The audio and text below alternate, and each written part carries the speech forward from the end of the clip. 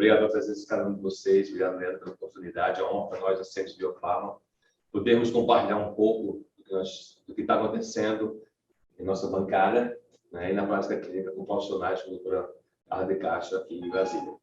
Nós temos a nossa área de pesquisa, nossa área de atuação em doenças crônicas, né, e estamos adentrando também nas áreas, na área de doenças neurodegenerativas. Entendemos que o papel do sistema imune tem uma centralidade nisso daí, e nossa interação com a clínica, né, a doutora Carla de Castro sendo protagonista na área do paciente portador do espectro do autismo, tem sido algo que tem acrescentado bastante a nós, como equipe, como empresa, como laboratório, e também queremos estender esse privilégio aos profissionais. Então, nós temos pessoas de todo o Brasil logando nesse webinar, está sendo capitaneado aqui pela farmacotécnica, e tenho certeza que se vão levar para casa conhecimentos, vão levar daqui da sua prática clínica, que vai transformar e vai acrescentar bastante. Então, uma boa vida a cada um de vocês que estão online, convido a vocês que estão aqui presencialmente. Muito obrigado, Carlinha, privilégio total de conhecer ao vivo, finalmente. E eu já estou com a turma aqui me dizendo o seguinte: toma nota, não esquece de gravar, e eu tenho certeza que você também vai fazer isso aí, para você tomar nota e sair daqui acrescentado. Carlinha, the floor is yours. Muito obrigada, Sandra. Prazer, a gente estar aqui, bom dia. Sou parceira farmacotécnica já há algum tempo, e para mim é uma honra estar aqui para falar sobre o autismo, sobre saúde mental. De volta, né, aos eventos presenciais, encontrar os amigos é sempre muito bom, reencontrar pessoas. E, como eu falei no início, eu me sinto muito honrada pelo convite do Sam, Biovit, da farmacotécnica, por ter aberto esse espaço, e para poder falar sobre esse tema, né, de tanta relevância, como a Leandra falou, um campo de muitas oportunidades e, mais do que isso, de muita necessidade. A gente precisa de profissionais que atuem nessa área, que minimamente entendam, né, a necessidade que esses pacientes têm por toda a especificidade, né, do transtorno do espectro. E espero contribuir com vocês. Fiquem à vontade para tirar dúvidas, se quiserem me interromper, não tem nenhum problema, que a gente está em casa. Tá? Então, fiquem à vontade, a gente vai fazer um bate-papo a respeito desse tema. Vou tentar não me alongar demais. Falei com a Leandra que eu tenho um problema que é falar muito, eu sou professora, então eu acabo falando demais, mas vou tentar regular o meu horário para não atrasar o Sam também. E é isso, então, a gente vai falar sobre os aspectos nutricionais do paciente autista, alimentação como estratégia anti-inflamatória do eixo intestino-cérebro. Eu tenho uma atuação muito forte também na área de saúde mental. Então, sou especialista em neuropsiquiatria, sou especialista no transtorno do espectro autista, síndrome de Down, TDAH. Então, toda essa gama de pacientes eu atendo no consultório.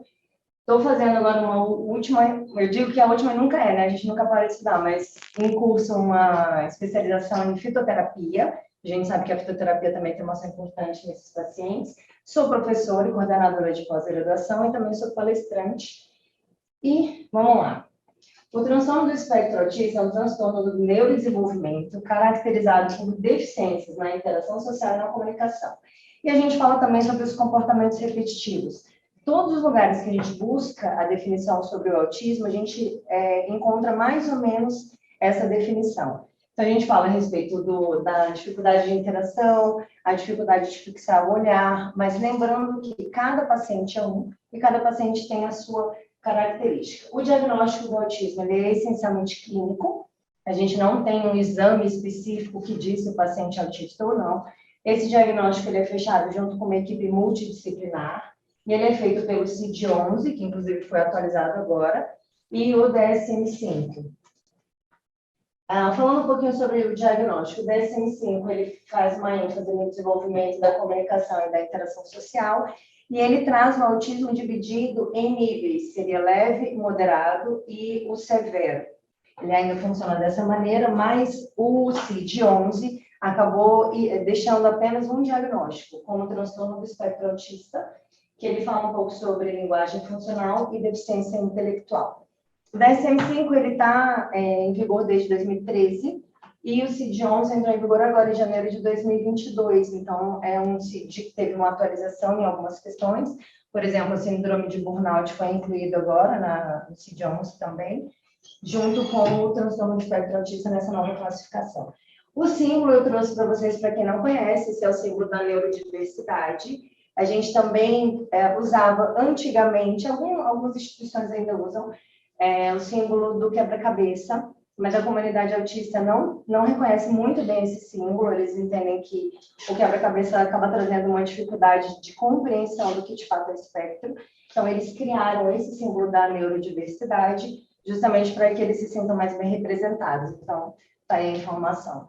E a título de conhecimento também, a cor azul não é a cor do autista, ou do autismo. Isso foi criado também como informação há uns anos atrás, por conta da gente acreditar que tínhamos mais meninos do que meninas dentro do espectro. A gente vai falar sobre isso, sobre essa proporção, mas a cor do autismo são todas. Então, o símbolo também traz isso, é um arco-íris de cores e um infinito por infinitas possibilidades, considerando que cada indivíduo é um. Características comuns: pouco contato visual, choro ou riso incontrolável ou inapropriado, respostas anormais a alguns estímulos, ausência de fala ou atraso de fala, que, na minha opinião, na minha prática clínica, é o que mais levanta desconfiança sobre o espectro autista. Uma criança que tem um atraso de fala, para mim, já é um alerta a respeito de estar ou não, de poder estar ou não dentro do espectro. De qualquer maneira, a gente precisa investigar. A gente vê muitos profissionais falando, a criança tem o seu tempo, cada criança tem um tempo diferente. Ok, mas uma criança de 1 ano e meio que não fala nada, já é preocupante. Então, a gente tem que estar alerta a esses sinais para a gente começar a fazer uma investigação. Reação exagerada a estímulos sensoriais. Alteração sensorial é um clássico dentro do transtorno do espectro autista. Comportamento baseado em rotina e resistência a mudanças. A gente percebe também um comportamento muito rígido. Eu tenho crianças no consultório que, se a mãe colocar o feijão ou arroz num lugar trocado no prato, ele não come. Se for um macarrão diferente, o mesmo formato de uma marca diferente, a criança não come. Então, é como se eles tivessem um scanner, assim, falando sobre prato, né, a parte da nutrição. Eles rejeitam o alimento por questões mínimas quando aquilo ali sai da rotina dele. Mudou o horário da alimentação, às vezes é um motivo de estresse, o horário da escola, às vezes mudou uma rotina dentro de casa, já traz um estresse para a criança. Eu falo muito em criança porque boa parte dos meus pacientes são crianças, mas os autistas crescem. Nós temos adolescentes e temos adultos também. Eu tenho os dois também no consultório. Meu público maior é infantil, mas eu trabalho com adultos e adolescentes também. Fascinação por objetos rotativos, isso aqui acabou virando um clássico dentro do autismo. Todo mundo que vê criança rodando alguma coisa já fica achando que a criança está no espectro. Nem toda criança autista roda brinquedos e crianças neurotípicas também rodam brinquedos. Então, a gente não pode trazer isso como uma verdade ou, de repente, estigmatizar uma criança que tem um comportamento não tão funcional como brinquedo, mas acaba sendo uma característica sim. E dificuldade no desenvolvimento de habilidades físicas, sociais e de aprendizagem. Isso também não vale para todas as crianças. A gente tem crianças que têm super habilidades e a gente tem crianças que têm alguma deficiência intelectual. 35% dos autistas trazem uma deficiência intelectual, 1/3 mais ou menos. Então, nada é para todo mundo. E o que eu mais reforço aqui é que cada criança é uma, cada adulto é um, cada paciente é um. Então, a gente não pode acreditar que, por conhecer um autista, a gente conheceu o autismo. Então, não dá para a gente generalizar. A gente sempre tem que olhar para o indivíduo. Eu falo sempre que eu não trato o autismo, eu trato o autista, porque ele traz com ele toda uma característica, uma especificidade que precisa ser respeitada. Aqui um dado bem alarmante. Esse slide eu atualizei ontem. A gente tem informações novas de 2021, dezembro de 2021, foi publicado esse dado. Em 2020, nós tínhamos um nascido para cada 54, um autista para cada 54 pessoas, por nascidos.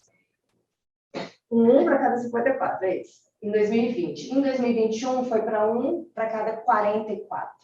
Então, a gente teve um aumento de 22,7% em um pouco mais de um ano. Então, isso é muito preocupante. E aí, o que pode ter sido? Melhorou as formas de diagnóstico? Sim. Hoje a gente fala mais sobre autismo, hoje a gente tem uma comunidade mais envolvida, hoje a gente tem profissionais que estão mais especialistas nessa área. Então, a quantidade de diagnósticos aumentou, ok. Mas também aumentaram os casos. E aí é a parte que mais me preocupa, que eu acho que isso é um dado muito alarmante. É complexo a gente avaliar um aumento tão grande desse em tão pouco tempo. Se a gente for olhar para 10 anos atrás, em 2010, por exemplo, era 1 para cada 110 pessoas. Então, é um aumento muito exponencial, a gente tem que estar atento sobre isso. Para nós, profissionais, principalmente. Então, a gente tem que se preparar. Ontem eu vi um post no Instagram que eu achei super interessante, que dizia que não espere o autismo bater na sua porta para você se preparar. E ele vai bater na sua porta, seja com um sobrinho, um filho, um vizinho, um coleguinha, um paciente, de alguma forma ele vai chegar, porque o número está crescendo. O que eu percebo hoje é que toda sala de aula tem um autista. Ou, no mínimo, você pega 2, 3 que vai ter uma criança que está no espectro autista. Tem aumentado muitos casos. Felizmente, em Brasília, eu percebo que o diagnóstico ainda é precoce, assim, ele acaba fechando cedo, a gente consegue fazer intervenção. Eu tenho pacientes que não têm diagnóstico fechado, mas já tem uma desconfiança, a gente já começa no protocolo de tratamento, né, nutrição voltada para o espectro autista. Então, isso é muito positivo para a criança e para a família de forma geral.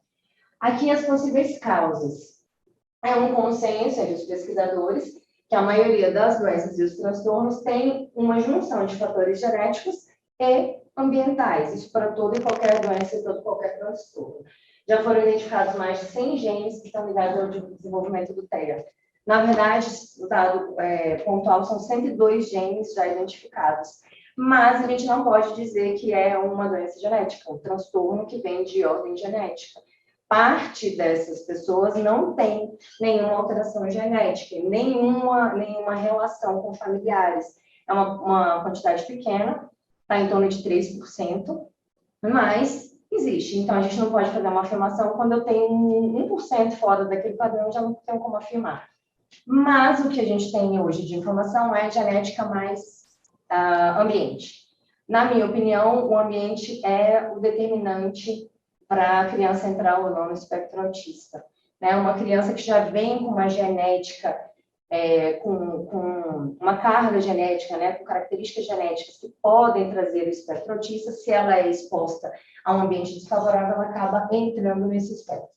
E aqui eu coloquei uma epigenética, só para trazer mais informações para vocês, mais do mesmo, né? Que a gente tem mais profissionais de saúde. Então, a epigenética são as escolhas que a gente faz no dia a dia. Eu vou ficar sentada no sofá e ser sedentário ou eu vou treinar? Eu vou controlar o meu peso e manter saudável ou eu vou comer loucamente, vou permitir um sobrepeso e ok, tá tudo bem? Eu vou ingerir bebida alcoólica em excesso ou eu vou moderar o meu consumo ou não consumir? Então, é sobre essas escolhas que a gente faz que a gente fala muito sobre o meio ambiente.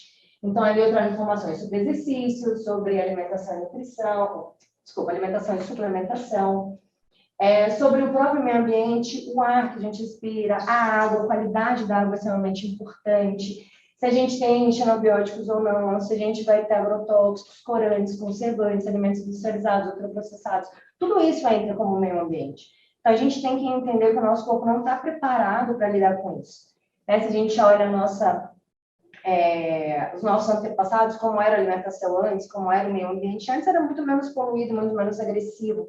Claro que a gente não vive numa bolha, é impossível a gente zerar tudo, mas a gente consegue minimizar. Então, é sobre isso que a gente fala em relação ao meio ambiente. E questões de meditação, espiritualidade, modulação do estresse, é uma coisa que a gente tem falado muito, né? 5 pilares da saúde. Então, vem sono, modulação de estresse, alimentação, suplementação, hidratação, né? O consumo de água e a atividade física. A gente tem que estar atento a esses pilares para que a gente tenha uma vida saudável e evite não só o transtorno do espectro autista, mas qualquer outro tipo de doença, principalmente as doenças crônicas.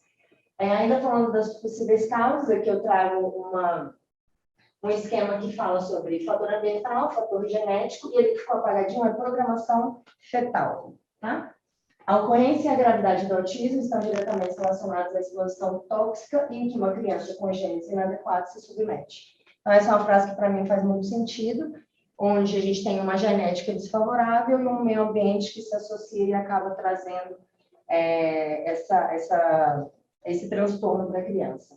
Aqui, falando rapidamente sobre a programação fetal e os 1000 dias, nós, profissionais de saúde, temos um papel fundamental nesse processo, né? A gente vê hoje muitas mulheres, eu atendo mulheres também no consultório, a Ana, que é minha parceira de consultório, atende mais mulheres do que eu, e a gente percebe que muitas mulheres fazem assim, vou engravidar. Aí ela tirou anticoncepcional e ok, vamos embora, né? Vamos para a brincadeira, para as tentativas. E a gente sabe que não deveria ser assim, né? Primeiro a mãe tem que fazer todo um cuidado nutricional, o pai tem que fazer um cuidado nutricional, não é só mãe, aqui é 50-50. Então tem que ter uma programação para essa gestação. Entrar no processo gestacional sem se programar é um prejuízo para a mãe e para o bebê. Então essa é uma campanha da Sociedade de Pediatria de 2015, Seu Filho é o que Você Come, são imagens bem chocantes, né? Que você se assusta e você fala, nossa, é isso mesmo? É isso mesmo. Eu ia tirar esse slide da apresentação, falei, vou deixar porque faz muito sentido. E é isso. Então, aqui a ideia não é culpabilizar a mãe, apesar de ser um leite materno ali, mas para que a gente entenda que, num processo de amamentação, o que a mãe come é o que a criança está recebendo. E no processo de fertilização, de fecundação, é pai e mãe. Então, quando eu trato tentantes no consultório, eu trato a mãe e trato o pai. A gente não faz um trabalho único, faz um trabalho duplo, tá?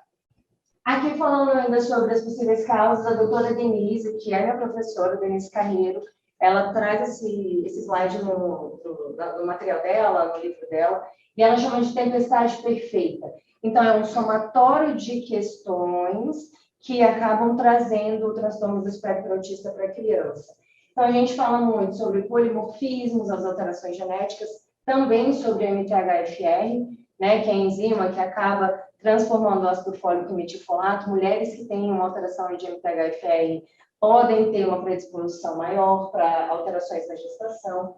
Inflamação neural, diagnóstico tardio, inflamações recorrentes com o uso de antibióticos, inibidores de bomba.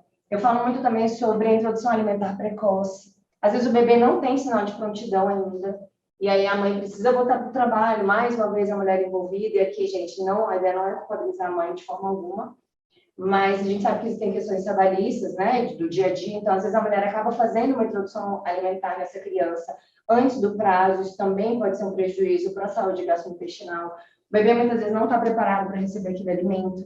A mesma coisa são as fórmulas na maternidade, às vezes o neném nasce, a mulher não tem leite suficiente, é ofertada uma fórmula que não é adequada para a criança, e a gente pode abrir uma PLV, né, leite da proteína, o leite da vaca, aí você vai entrar com medicamento, então assim, é um somatório, por isso que ela chama isso de a tempestade perfeita. E aí você soma todos esses fatores, de repente a criança entrou no espectro autista. Muitas vezes é uma criança que se desenvolveu super bem até 1 ano, 2 meses, 1 ano e 3 meses, e de repente ela tem uma quebra. Ela dorme falando mamãe e papai, brincando, comendo, e ela acorda de um jeito diferente. Ela acorda já não fixando o olhar, ela acorda com recusa alimentar, ela acorda já com um comportamento mais retraído, né? Querendo mais isolamento. Então, ali a gente já percebeu que houve uma quebra. Então, quando a gente soma todos esses fatores, é o que pode vir a acontecer. Isso é uma das possíveis situações.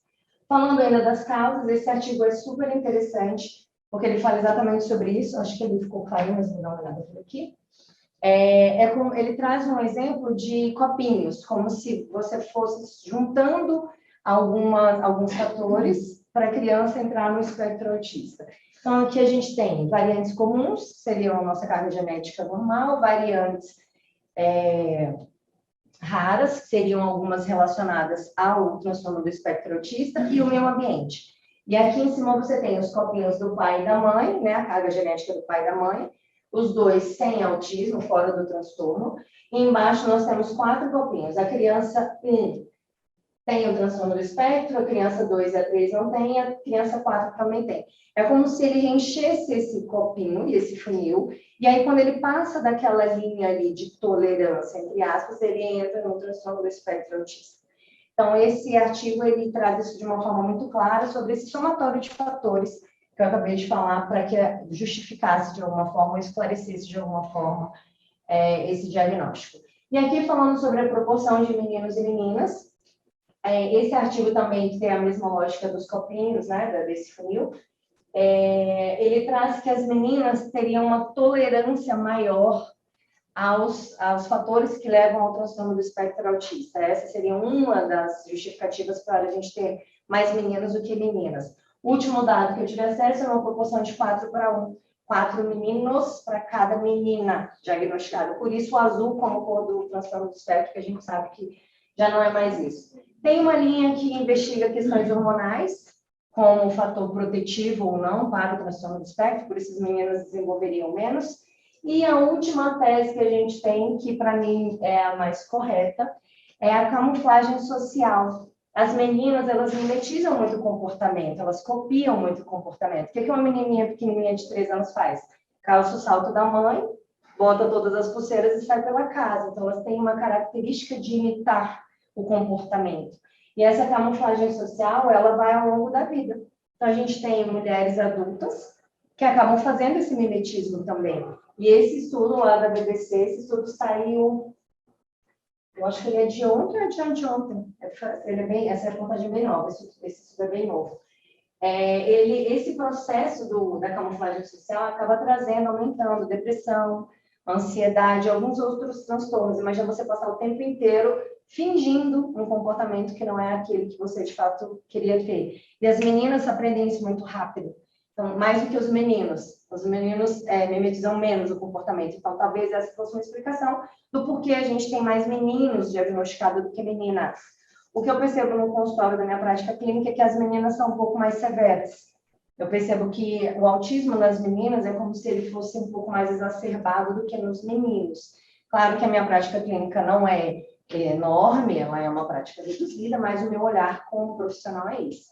Então, sempre que uma menina está no espectro autista, eu percebo que ela tem questões mais fortes do que os meninos. A questão observacional. E aqui é uma imagem que eu gosto muito também. O autismo é como se fosse um iceberg. Aquilo que a gente vê por fora não é uma ponta, né? É o início do processo. Mas ele tem todo um resto endógeno que a gente não enxerga. Então, 2 frases que eu trago o autismo não é só isso. E nem tudo é autismo. Porque quando a gente fecha o diagnóstico do autismo, está na investigação, ok. Aí fechou o diagnóstico. Tudo o que acontece com a criança é autismo. Eu não sei se quem trabalha aqui já na área, já teve contato, ou familiares, enfim. O menino tem diarreia constante. É autista. O menino se bate, o menino se agride, é autista. O menino grita, é autista. Então, tudo vai para a conta do autismo. E isso é um erro muito grande, porque a gente precisa tratar essa criança, esse adolescente, esse adulto, independente de quem seja. Então, uma coisa que eu falo muito para as mães, nem tudo é autismo, a gente precisa investigar. A própria família tem essa tendência. Não, ele é assim mesmo, é autismo. Não, a gente precisa investigar.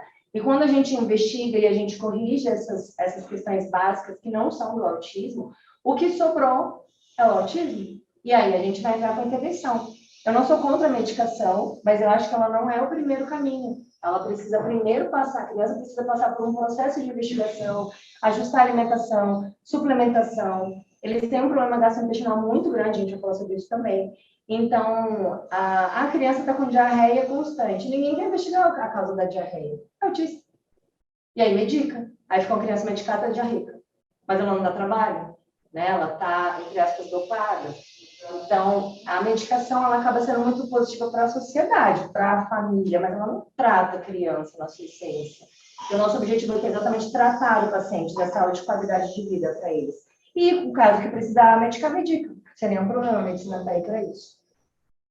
Alterações de ordens metabólicas, a gente tem várias, por isso eu falo sobre investigação. O autismo não é a ponta do iceberg, por baixo dele tem muitas questões que precisam ser investigadas. Alterações na microbiota intestinal, que é a mais forte delas, permeabilidade intestinal alterada, neuroinflamação, distúrbios de detoxificação, alteração sensorial, seletividade alimentar e contando, né? Como diz na rede, contando, seguimos. Mais, essas são as mais clássicas. Falando um pouquinho sobre desbiose e permeabilidade intestinal, a gente já sabe, pela fisiopatologia do transtorno, que o intestino desses pacientes é mais sensível, o intestino desses pacientes é mais exposto. Então, se o paciente típico já tem reações importantes com alguns alimentos, imagina o paciente que está no transtorno do espectro autista. A gente sabe que o intestino e o cérebro têm uma conexão direta, né, uma via bidirecional, e imagina uma criança que tem um processo de neurodesenvolvimento prejudicada, de uma neuroinflamação, que já é conhecida pelo transtorno, com o intestino muito alterado. Então, é um convite para que aquilo ali piore, é um convite para que aquele processo seja exacerbado. Então, se eu cuido do intestino de um paciente típico, do paciente autista, eu tenho que cuidar o dobro. Então, aqui eu trago algumas causas da alteração da permeabilidade. bactérias, parasitas e fungos, álcool e cafeína, quando a gente fala em adultos, obviamente. Deficiência de enzimas digestivas, medicamentos. A gente já tem crianças na maternidade saindo com medicamento por conta da PDP. Aí toma fórmula, o intestino não está preparado para a fórmula, abre um processo inflamatório, aí entra com antibiótico. Aí imagina, aí é uma confusão atrás da outra, aí volta de novo a história da tempestade perfeita. Alergias alimentares, que pode abrir ali mesmo no hospital, vai depender de como for feito esse processo. Agentes químicos, alimentos processados, infecções gastrointestinais, deficiência de nutrientes é outro problema. A gente ainda não conseguiu entender que os nutrientes fazem parte da modulação da microbiota intestinal. Tão simples, né? Tão básico. Sim, eu preciso de zinco, eu preciso de cálcio, eu preciso de magnésio, eu preciso do complexo B. Senão meu intestino não fecha. Ele fica aberto, ele fica exposto. E eu estou falando de vitaminas e minerais. Simples, né? Aquelas cápsulazinhas, faz um xarope para os meninos, né, Leandro? Leandro sofre comigo. Gente, trabalhar com criança, não sei se aqui mais alguém trabalha, mas é um desafio suplementar criança. Aí manda fazer chocolate, manda fazer goma, manda fazer pirulito, menino. Criança já é difícil. Seletivo, então, aí a farmacotécnica entra em ação. Leandro, manda para mim um chocolate, pequenininho. Leandro, manda goma de uva. Leandro, manda goma de laranja. E hoje ele quer, mas ele não quer. Então é assim, né? A gente vai se desdobrando para fazer essa suplementação mais precisa, suplementar. Faz parte do processo. E aí, quando eu tenho esse somatório dessas questões, né, dessas causas, eu acabo abrindo um processo inflamatório. A gente faz esse cruzamento aí com a inflamação do corpo, inflamação crônica subclínica, que vai alterar as nossas células da microbiota intestinal e deixando elas mais abertas, as Tybee Johnsons, né? Então, uma microbiota intestinal que tinha que estar bem fechadinha, abrindo quando necessário, porque esse é um movimento involuntário, errado. É como a respiração, ele acontece, né? Ela é autônomo. Ele acaba ficando assim, abertinho. E aí, tudo que a criança, o adulto, aquele paciente consome, ele acessa a corrente sanguínea. Por isso, a gente tem esse contato intestino-cérebro. Esse é o princípio dessa conexão. Uma delas, né? Seria via circulação, mas a gente tem o nervo vago também, a gente tem o sistema imunológico, que isso vai falar muito bem. Enfim, então, é essa ideia do cuidado com a parte gastrointestinal do paciente autista. Falando um pouquinho sobre as queixas que sugerem uma possível desbiose, uma presença de uma alteração gastrointestinal. Aqui eu trouxe vários exemplos, mas a saburra na língua, ou saburra lingual, é aquela língua esbranquiçada, a gente perdeu o costume de olhar para a língua. Então, quando eu faço consulta online, eu ainda estou muito no online com as crianças, né? As mães têm preferido ainda. Eu peço algumas fotos para fechar a análise clínica, e uma das fotos que eu peço é da língua.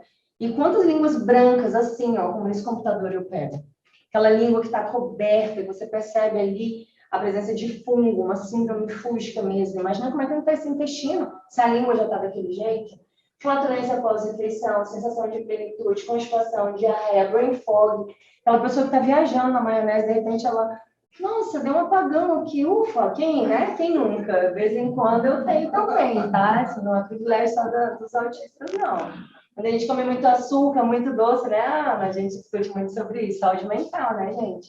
E aí você fica assim, nossa, parece que deu um apagão aqui, opa, voltou. E aí faz suplementação, vamos correr atrás da alimentação, ver o que está faltando, se não tem um processo desbiótico mais intenso, unhas fracas ou rachadas. Tenho crianças também com aquelas unhas todas manchadinhas, também é uma característica. Azia, refluxo, então, gente, o que mais tem no consultório, crianças com refluxo. E a gente ainda acha que isso é normal. Ah, não, refluxo fisiológico. Ah, não, vai passar quando crescer. Gente, o que não trata hoje só piora quando cresce. Não adianta, precisa tratar. Então, uma criança com refluxo não é normal. A gente tem mania de normalizar a dor, já perceberam isso? Porque tem remédio para tudo. Omeprazol, né? Querido omeprazol, inibidor de bomba de próton, ele acaba com a produção de enzima digestiva, acaba com a produção de ácido clorídrico, ele dá uma anestesiada local e aí acaba que a gente para de sentir dor, mas não trata, né? Tira dor, mas não trata, e aí? Aí uma criança que já tem um intestino alterado, já tem um processo sensorial na boca, não mastiga direito, como é que esse alimento chega no estômago para ser digerido com baixo ácido clorídrico, enzima digestiva? Eu só pioro, só pioro, só pioro. Vira um ciclo vicioso. Então, a gente tem que estar atento a essas queixas. Esse slide, gente, ele vale para todo mundo. né? Tenho certeza que se eu perguntar quem não tem pelo menos uma, né? Quem não contou pelo menos uma vez aqui, vai estar errado. Porque é muito comum, o nosso intestino ele é muito exposto, né? A gente come quantas vezes ao dia? A gente tem mais contato com comida do que com pessoas. Você já pensou para pensar sobre isso? A gente come 5, 6 vezes ao dia. Às vezes a gente passa um dia sem encontrar ninguém, época de pandemia, então, né? Isso é um clássico. Se a gente não tiver um bom contato com a comida, uma boa relação, vai dar errado. Então, que a gente fique atento a essas questões também. Aí a criança tem extensão abdominal, não sei se vocês já viram. A gente fala que é a barriga do seu boneco. É aquela criança que está de lado, a barriga dela está aqui. Ou então ela acorda com a barriga bem baixinha, acontece com adulto também, tá? Bem baixinha, quem nunca, né? Vamos tirar foto de dia, porque de noite não dá. Não é? Amanhece assim, ó, bem baixinho. Quando é à noite, está com a barriga desse tamanho. Gente, isso não é normal. Isso é desbiose. Tem que mexer nesse processo alimentar. E aí a gente fala o quê? Autismo. Autismo. Tudo vai para conta do autismo. Então a gente precisa parar com esse processo, tá? Investigar. Resto de comida nas fezes dentro do autismo também é um clássico, má digestão. Mãe, tem resto de comida? Tem, normal, né? Eu falei, na sua tem? Aí a mãe, não. Eu falei, então por que a gente acha que a criança é normal? Adolescente com resto de comida nas fezes. Não é normal, tá?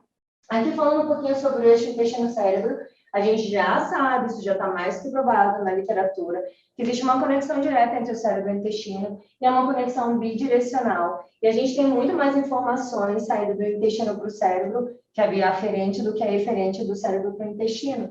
Então, nós temos um sistema entérico autônomo, né, que ele trabalha sozinho. O nosso intestino, ele trabalha sozinho. Então, essa abertura e esse fechamento desse intestino acontece de forma involuntária, igual a respiração. Então, a gente já sabe que essa conexão acontece, ela é real e a gente precisa cuidar disso. Então, num paciente típico, isso já é importante, acontece no processo desbiótico, imaginando uma criança autista que tem um intestino mais sensível e uma neuroinflamação clássica do transtorno. Aí aumenta, né, a necessidade de dar atenção a esse processo. Por isso, a nutrição é base. Eu falo, sim, falo, né, de carteirinha, assim, falo abertamente. A base do tratamento do autismo é a nutrição. Não tem outro jeito.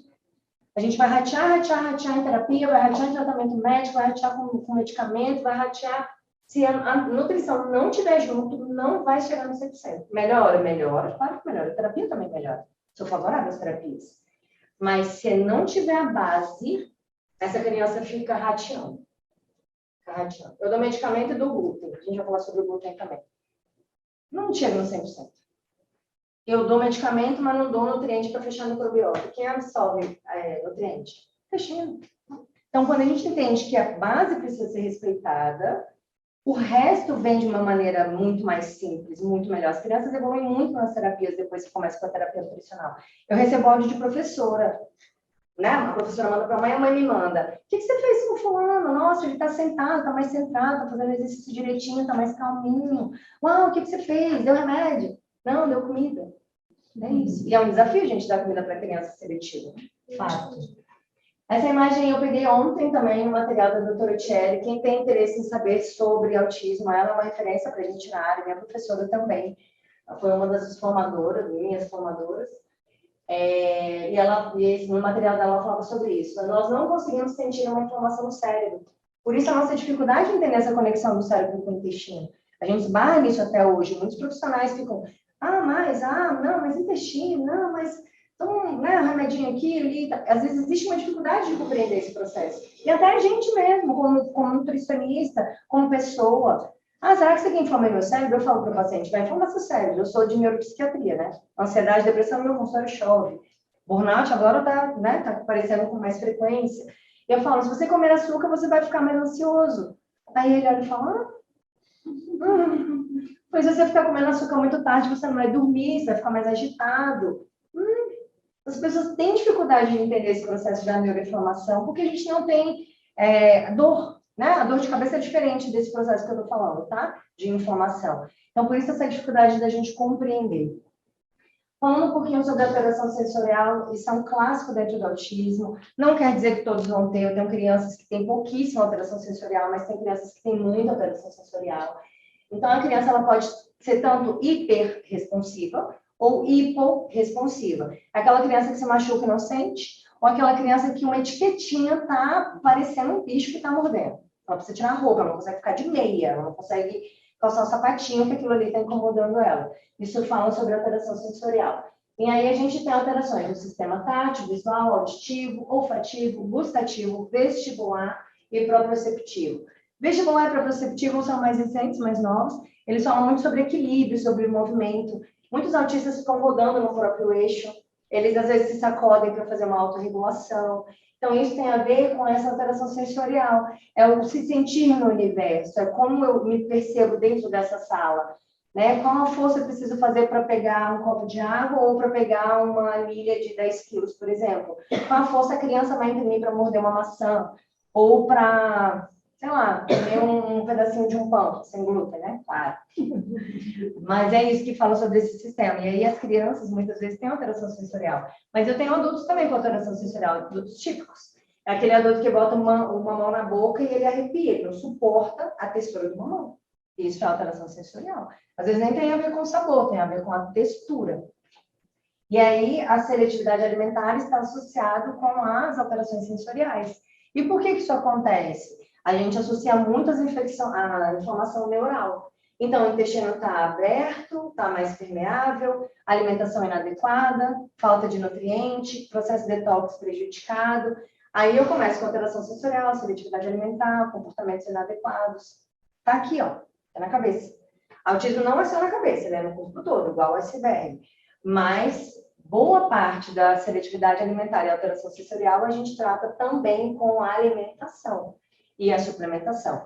Terapia vai ajudar? Ajuda muito, gente. Até a nossa parceiraça, terapeuta ocupacional. Eu sempre falo, mãe, tem uma TO. Autista tem que ter nutricionista, tem que ter TO. No mínimo, para a gente seguir com o tratamento. Fora o médico, vai precisar, o neuro, vai precisar acompanhamento, o pediatra, o homeopata, dependendo da linha que a mãe, né, decide seguir, os pais decidirem seguir. Mas tem que ter nutricionista e tem que ter TO, porque a TO ajuda muito na terapia alimentar. A gente vai definir o que a criança come, vai orientar a mãe nesse cardápio, nas receitas, em como faz os leites vegetais, como é que retira glúten da dieta, mas a TO vem para ajudar essa criança nesse processinho. Porque com esse comportamento rígido, fica difícil a gente fazer as introduções. Então, a TO está junto nesse processo também. E a seletividade alimentar, ela passa a ser um problema quando ela interfere na rotina diária ou na rotina social dessa criança. Que às vezes não quer comer nada, que não aceita nada, que só aceita. Eu já peguei uma criança que ela comia arroz, nuggets, linguiça e chocolate batom. Aqueles pequenininhos. Ela só criança com isso. Então, ela já tinha um nível de seletividade alimentar muito intenso. E aí é todo um processo que a gente precisa fazer com essa criança. E aí também com adolescente. Tem adolescente que tem TARI, falar sobre isso. Transtorno alimentar restritivo evitativo. É quando a gente fala do processo de seletividade alimentar mais intenso. Ele já chega a ser um diagnóstico mesmo, chega a ser um transtorno. A pessoa começa a evitar tudo. Ela come... Aqui, normalmente, a gente está falando de menos de 15 alimentos. Se a gente for listar vegetais que a gente come, dá mais de 15. Fruta dá mais de 15, certamente. Então, você imagina uma pessoa que come menos de 15 alimentos diferentes. A gente entra nesse transtorno restritivo. E aí, a seletividade alimentar pode estar relacionada com algumas dificuldades sensoriais, que é o que eu falei. Às vezes, a criança bota a comida na boca e aquela textura irrita. Um purê irrita, uma crocância irrita. Normalmente, as crianças têm uma preferência, né? Você pergunta, mãe, é mais crocante ou mais pastoso? Criança tem muito prazer no crocante, normalmente. Mas eu tenho umas que não suportam. Por exemplo, pipoca. Esse creque, a pessoa do lado comendo irrita a criança, ela desregula. Então, a gente precisa identificar isso na criança para a gente começar a buscar alimentos na textura que ela já aceita. Alterações orgânicas. Tem uma criança também com esofagite eosinofílica, né? Que acaba atrapalhando esse processo de deglutição. Então, a criança sente dor. E essa criança que eu tenho duas, uma delas que é mais severa, ela tem, inclusive, uma estenose no esôfago. Então, é um processo inflamatório tão grande que a luz do esôfago começa a fechar. Então, para essa criança, é tudo mais pastoso, é tudo mais batido, e a gente tem uma dificuldade grande de manter as calorias da dieta, e aí a gente está fazendo uma ganha peso. Então, assim, é um processinho bem delicado e individual. Por isso, a gente tem que dar atenção para o paciente, não para o autismo, o autista. Alterações motoras, muitas crianças também têm uma fragilidade na mastigação. Às vezes a criança não consegue mastigar direito, ela não consegue lateralizar a língua, ela tem uma hipotonia de face. A hipotonia é muito comum dentro da síndrome de Down, mas também já vi alguns casos dentro do transtorno do espectro autista. Eu tenho criança que tem 2 diagnósticos, síndrome de Down com autismo, então a gente soma as 2 características numa única criança. Então, a hipotonia de face também pode acontecer dentro do autismo. Experiências negativas, às vezes em algum momento ela teve uma experiência ruim, um alimento estava muito quente, ou um alimento que ela não gostou, ou foi uma colher que foi colocada na boca de uma maneira inadequada. A introdução alimentar tem um processo muito importante nessa questão da seletividade, trabalho com a introdução alimentar também. Eu gosto muito do método do BLW, onde o bebê é mais livre, ele é orientado a pegar, a perceber a textura, perceber que o processo de introdução alimentar assim, é muito mais natural, digamos assim. Tem alguns que fazem híbrido, também é possível. E temperamento e inflexibilidade, essa criança que é mais rígida, né? Nesse comportamento mais rígido. Se a batata não for canoa, ele não come. Se a batata não for chips assim, ele não come. E aí a gente tem que identificar essas dificuldades para a gente começar a trabalhar esse processo. Para isso tem protocolo também, tá? Que, claro, eu estou passando de uma maneira geral, mas a gente pega um alimento que a criança já aceita, vai tentando mudar um pouco a forma de preparo, muda um pouco a forma de apresentação, apresenta de novo 1, 2, 3. A gente fala que a criança não gosta do alimento quando ela recusa pelo menos 12 vezes. Ser mãe não deve ser fácil. Trabalhar com criança seletiva não é fácil. Falo, né, pro lado das mães que têm os bebês com autismo, as crianças com autismo. Então, 12 vezes de recusa alimentar do mesmo alimento de uma mesma forma. Aí você vai mudar a forma e vai fazer mais 12. E assim a gente vai tentando, é todo dia um desafio. E as consequências de uma seletividade alimentar não tratada, ela entra dentro do baixo peso, baixa estatura, obesidade. Eu já tratei uma criança com 6 anos, 7 anos agora, que está com quase 70 quilos. Em Minas, a paciente online. 7 anos, 70 quilos, vocês conseguem imaginar? Uma criança que já tem probleminha no joelho. Não se locomove bem por causa do excesso de peso. Seletivo, só come carboidrato, só come biscoito.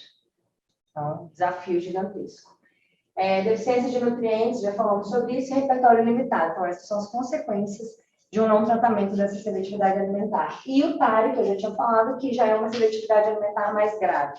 Ele acontece muito ali perto dos 10, 12 anos, ali perto da adolescência, mas a gente também tem adultos já formados que têm TARI. Então, a gente tem que dar atenção a isso para que isso não fique descontrolado a ponto de a gente não saber mais o que fazer. Então, às vezes, a gente tem um paciente tão seletivo que eu entro em contato com as Nutris do Brasil todo, né? A gente tem grupos de troca de mensagens, de experiências, para pedir ajuda muitas vezes, porque é um paciente tão seletivo, tão complexo, que a gente precisa trocar informação, trocar casos, fazer discussões para ver se a gente acha a luz, né? Um caminho para poder tratar esse paciente. Então, a intervenção, quanto antes, melhor. Às vezes eu tenho uma mãe que me liga e fala, não fechou o diagnóstico ainda. Eu falei, bem assim mesmo. Todo mundo se beneficia de uma alimentação saudável. Ninguém vai ser prejudicado porque está comendo bem, porque está sendo suplementado. Então, não hesite em começar o processo de ajuste alimentar. Então, no final da história, não fechou o diagnóstico, ótimo, mas foi beneficiado. Então, que a gente entenda que quanto antes a gente faz a intervenção nutricional, melhor. A parte do detox também fica muito prejudicada dentro do processo, né, do transtorno do espectro autista. Eles não fazem uma boa absorção de nutrientes e o processo de detoxificação, ela é dependente de nutrientes, né, mais uma vez. Passa pelas fases 1, 2 e 3, hepática, a parte intestinal também, e os nutrientes envolvidos, todas as vitaminas do complexo B, os minerais, magnésio, molibdênio e ferro, tem outros também envolvidos, aminoácidos, glutamina, cisteína, glicina, enzimas, os cofatores. Então, a gente precisa de uma gama de nutrientes para a gente conseguir fazer esse processo de detoxificação. E esse processo é autônomo, que normalmente acontece à noite. Não em sua maioria, não vou dizer que é só à noite, né? O corpo não é tão redondinho assim. Mas o nosso processo de detoxificação ele é muito intensificado à noite, quando a gente dorme, é horário noturno. Então, uma criança que tem deficiência de nutrientes, certamente ela não vai fazer um processo de detoxificação adequado. E aí não detoxifica metal pesado fica na corrente sanguínea e vai para o cérebro. Né? Uma criança que já tem uma alteração neural com uma inflamação por conta de metal pesado. Alumínio é um clássico. Eu sempre peço alumínio nos meus exames, justamente porque criança com alumínio muito alto, o processo de inflamação neural também está exacerbado, também vale para adultos. Os meus exames sempre têm alumínio e eu sempre trato né? A gente sempre trata o alumínio, tem formas de suplementação mais naturais que tratam o alumínio.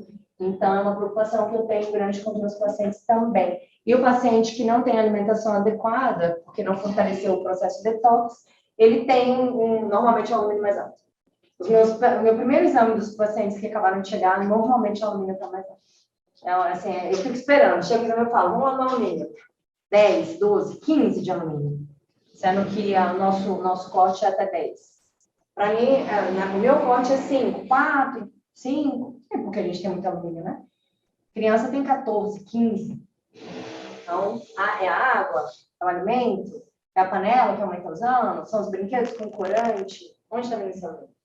Então, ele tem fonte e ele não detoxifica. Então, eu preciso detoxificar, melhorar a liberação do alumínio e cuidar do ambiente também. A gente volta lá para o início, né? Meio ambiente. E aqui, como a nutrição pode tratar o autismo, que é exatamente a área que eu trabalho, né? Que é onde eu consigo, de fato, auxiliar e ajudar os meus pacientes. E uma das principais funções da nutrição é inflamação, tratar a inflamação. Então, é um basta na inflamação. Né, Sansa vai falar mais sobre isso. Então, a nutrição tem um papel muito grande nesse processo anti-inflamatório. E como é que a gente faz isso? Comida. Né? Qual que é a melhor forma de desinflamação do corpo? Comida. Uma alimentação adequada vai trazer um processo de desinflamação. Uma alimentação inadequada traz um processo inflamatório. Mas a nutrição tem o papel de repor vitaminas e minerais, otimizar o processo de detoxificação, combater fungos, modular o sistema imunológico, melhorar alergias alimentares, corrigir a desbiose. O que modula o intestino? Comida. E aí eu vejo muitos profissionais entrando com um monte de suplemento. Vamos dar probiótico, vamos dar prebiótico, vamos dar imunodigestivo, vamos dar, sei lá, os sachêzinhos que a gente tem vários e boas marcas no mercado, também lanço mão deles quando é necessário.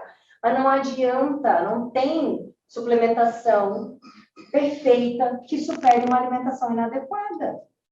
Suplementar de forma perfeita uma pessoa que se alimenta mal é jogar dinheiro fora.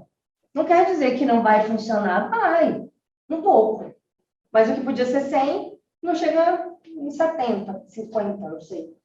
Não adianta, precisa cuidar da alimentação. A alimentação é base. Não é muito mais fácil eu corrigir o intestino, deixar o intestino zerado ali de queixas, funcionando bem, e aí eu suplemento. Claro que na prática a gente faz tudo junto. O paciente chegou hoje, ele já sai suplementado. O paciente meu é suplementado. Eu suplemento tudo que precisa, conforme a necessidade de cada um, dose, idade, X, né? Com base nos meus estudos. Mas se eu não corrigir o intestino, eu falo para a mãe normalmente, mãe, eu suplemento, mas a dieta tem que estar junto. Se não fizer a dieta, não adianta suplementar, tá jogando dinheiro fora. E o que a gente quer? A pílula mágica. Até hoje, né? 2022, a gente está querendo a pílula mágica. O que é bom? Eu vi também no Instagram esses dias, vocês devem ter visto também, a pílula que faz o mesmo efeito de atividade física. Morri, né, gente? 3 vezes. Eu acordo às 5 horas da manhã para treinar. Eu falei, nossa, gente, a pessoa quer reduzir, né, todo o trabalho em uma cápsula. Qual a chance disso dar certo, gente? Não tem, porque se tivesse ali, eu tinha descoberto, né? Não tem bala de prata, não existe. Existe seguir um fluxo, a vida é de fluxos, não adianta. E a alimentação também. Então, suplementar sem cuidar do intestino vai dar errado. Não jogue dinheiro fora. Cuide primeiro do intestino e depois faça a suplementação. Tá? Então, aqui é o ponto crucial da alimentação e da nutrição dentro do autismo. E aqui eu trago alguns desafios. Adequar os nutrientes que têm ação anti-inflamatória. Então, o que eu tenho que lançar a mão? O que eu tenho que suplementar? B6, B9, B12 é básico, né, na neuroinflamação. Isso aí a gente já sabe. Quando falta um desses 3 nutrientes, a gente põe lá no ciclo da homocysteína, ciclo do 1-carbono. O paciente vai ficar com detox prejudicado, vai ficar mais inflamado, intestino e neuroinflamação, vai de novo, caímos no mesmo processo. Suplementação, magnésio, zinco, vitamina D, ômega, vitaminas complexo B, suporte a uma detoxificação adequada, já falamos sobre isso. Controle da homocysteína, que é um marcador inflamatório extremamente importante. Toda criança minha faz homocysteína também. Normalmente eles são com homocysteína alta, é muito comum. Melhora da função mitocondrial. Muitos genes que eu falei lá atrás, desses 102, estão sendo estudados para tentar associar ao transtorno do espectro autista, falam sobre as alterações mitocondriais. Então, a gente acredita que o autismo tem uma relação muito grande com a biogênese mitocondrial. Então, fortalecer esse processo é muito interessante. Os meus pacientes também recebem suplementação para isso. Claro que não no primeiro momento, a gente trabalha com um protocolo, né? Senão o corpo também enlouquece, tudo de uma vez não vai funcionar. Mas eu também tenho um olhar muito importante para a saúde mitocondrial. Promover hábitos alimentares adequados para evitar que esses fatores de desequilíbrio voltem a acontecer. E controlar os fatores que aumentam os processos inflamatórios. Gente, nutrição é para a vida toda. Eu falo para mãe, e, gente, mais uma vez, né, eu falo muito mãe porque eu atendo muitas crianças. Mas eu falo muito para mãe que a nutrição é igual a terapia. Tem data para começar, mas não tem data para terminar. Nutrição é para a vida toda, não tem jeito. Então, a gente vai espernear, vai fazer o que quiser. Nutrição é para a vida toda. Eu cuido da minha dieta, da minha alimentação, desde muito tempo. E até hoje eu peso os meus alimentos. Eu falo para os meus pacientes, eu peso meu balanço, eu peso a minha comida, até hoje. Profissional sou. Eu não vou arriscar 100 gramas de arroz. Não sei quanto é. No olho, a chance de eu errar é gigantesca. Então, eu como profissional, que seja tudo isso, faço, como que, né, que a gente vai se distrair com a alimentação de uma criança que está no espectro autista? Então, isso aqui é para a vida, tá? E aí a gente entra na parte das dietas terapêuticas. Muito se fala sobre a dieta sem glúten, sem caseína. Todo mundo já deve ter ouvido falar sobre isso. E, sim, de fato, é essa linha que eu atuo, essa linha que eu acredito, porque o glúten e a caseína são proteínas inflamatórias, a gente vai falar um pouquinho sobre isso, tinha 2 slides à frente. Mas a dieta sem glúten e sem caseína é o início do processo. Não dá só para eu tirar glúten e caseína da criança e achar que eu achei a mágica, a fórmula perfeita. É o início do processo. A gente precisa refinar essa dieta. Então, a gente vai ter dieta de baixo fenol, dieta de baixo oxalato, dieta cetogênica, crianças que têm um autismo relacionado com epilepsia, dieta cetogênica é indicada para elas. É de qualquer jeito? Claro que não, né? A gente faz protocolo, bem bonitinho, negociado com a mãe. Dieta Food Maps, dieta de carboidrato específico, tem vários. Dieta de rotação. Gente, dieta de rotação é baseada em grupos botânicos. Então, vocês imaginam como é que é fazer uma dieta baseada em grupos botânicos? É uma função, você leva 2 dias para calcular e para fazer, para desenhar uma dieta em grupo botânico. Para um autista que às vezes vai recusar aquele alimento. Então, assim, o nutricionista sofre, a mãe sofre, é difícil, mas a gente tem bons resultados. Funciona. O que eu garanto é que dá certo. Se fizer, dá certo. Então, não é só dieta sem glúten, sem caseína. A retirada do glúten da caseína é o início do nosso processo, tá? E o que a ciência diz? Já tem vários artigos que falam sobre isso. Esse é um tema polêmico, porque tem uma linha que não concorda, tem uma linha que não acredita que o glúten e a caseína podem fazer esse processo inflamatório. Eu não entro em discussões científicas, porque eu tenho a minha linha de atuação e a linha que eu sigo e está tudo bem. Então, quem opta por fazer acompanhamento e tratamento comigo é porque concordou com a linha que eu vou seguir. Então, eu acabo não entrando muito nessas discussões, mas a gente já tem vários artigos que afirmam isso, tá? Revisão sistemática de meta-análise dos benefícios de uma dieta sem glúten e ou dieta sem caseína para crianças com transtorno do espectro autista. Claro que sempre a gente precisa de mais estudos, a ciência está aí para isso. E aqui eu trago um outro que fala a respeito da sensibilidade ao glúten não celíaca, que é um outro problema que a gente esbarra. O paciente faz um exame de alergia ao glúten. Eu sempre peço, tá? Protocolo também. A criança chegou para mim, a primeira coisa que eu peço é um exame de alergia ao glúten, tá? Para a gente identificar a doença celíaca. Aí dá negativo, beleza. A mãe acha que, ok, não precisa tirar o glúten. Gente, precisa. Independente do exame dar negativo ou positivo, a gente tem que tirar o glúten. Precisa tirar o glúten. Porque o glúten é inflamatório em qualquer pessoa. Mas no paciente celíaco é muito mais. O paciente celíaco não pode ter contato, reação cruzada. O papel do pão não pode entrar na mesma sala que o paciente está. É uma reação bem mais complexa. Mas a gente faz por segurança, porque aquela mãe fica mais tranquila. Se de repente aconteceu uma contaminação ou um consumo eventual, a gente tem menos problemas do que uma criança celíaca. Mas também existe a doença, a reação não celíaca ao glúten, e que muitas vezes não pega no exame. Então, o que é soberano? A clínica é observacional. A gente observa a criança, observa o indivíduo, para saber qual o nível de reação que aquele indivíduo vai ter em relação ao glúten. Então, não dá para acreditar só em exame. A nossa análise não é feita só com exame. A nossa análise é feita de forma clínica. E aí eu já trago informação também sobre a permeabilidade intestinal e a zonulina. Qual é o segundo problema do glúten? É que ele acaba aumentando a expressão da zonulina. A zonulina é uma proteína que está lá na parede do intestino, ela é produzida pelo nosso organismo, e ela que regula essa abertura e esse fechamento da nossa microbiota intestinal. Então, quando a microbiota fica mais aberta, a gente tem mais presença de zonulina. E o glúten estimula a produção de zonulina e a liberação de zonulina. Então, o glúten deixa esse intestino mais permeável. E isso acontece em qualquer um? Em qualquer um. Obviamente, os pacientes celíacos são muito mais sensíveis. Tanto é que tem pessoas que comem glúten e tem uma reação mínima, ou não tem. Só que o não tem eu sempre desconfio, porque eu acho que o paciente não entendeu ainda que é uma reação relacionada ao glúten. Eu sempre peço pacientes típicos adultos que eu atendo, que a gente vai fazer uma dieta anti-inflamatória, protocolo de detoxificação, a gente retira o glúten também. Eu falo, tira 30 dias e avalia. Depois a gente vê. Se você comer e passar bem, a gente volta. Nunca ninguém que tirou voltou. Porque existe reação. Quando você tira, o seu corpo é como se ele resetasse aquele processo inflamatório. E aí, quando você consome, você tem a reação que você já tinha antes, mas o corpo foi gerando tolerância. E ele vai aumentando essa tolerância, vai aumentando, porque o corpo é perfeito, ele vai levar até onde ele conseguir. Até você abrir uma doença autoimune, até você abrir um processo alérgico, por aí vai. Aí vem dermatite atópica, questões respiratórias, alopécia, relacionada às doenças autoimunes. Então, a retirada do glúten é extremamente importante nesse processo do paciente autista.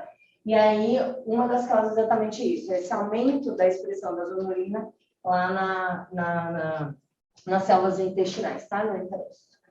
E aqui a gente fala dos peptídeos opioides. Não sei se vocês já ouviram falar, mas os peptídeos opioides são os peptídeos alimentares que vão ganhar corrente sanguínea e se conectar ao nosso cérebro. Porque no cérebro nós temos receptores opioides. O que é o ópio?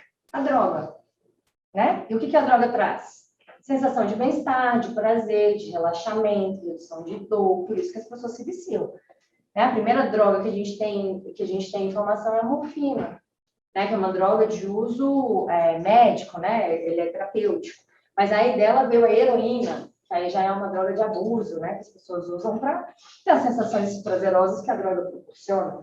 E os peptídeos opioides têm uma ação similar.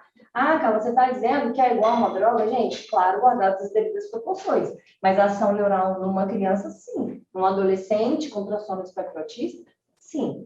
Então, eu já percebi muitas mães que me trazem relato assim, mãe, como é que é esse leitinho da noite? Criança, né, que ainda toma leite. Ah, cara, ele sempre pede o leitinho para dormir.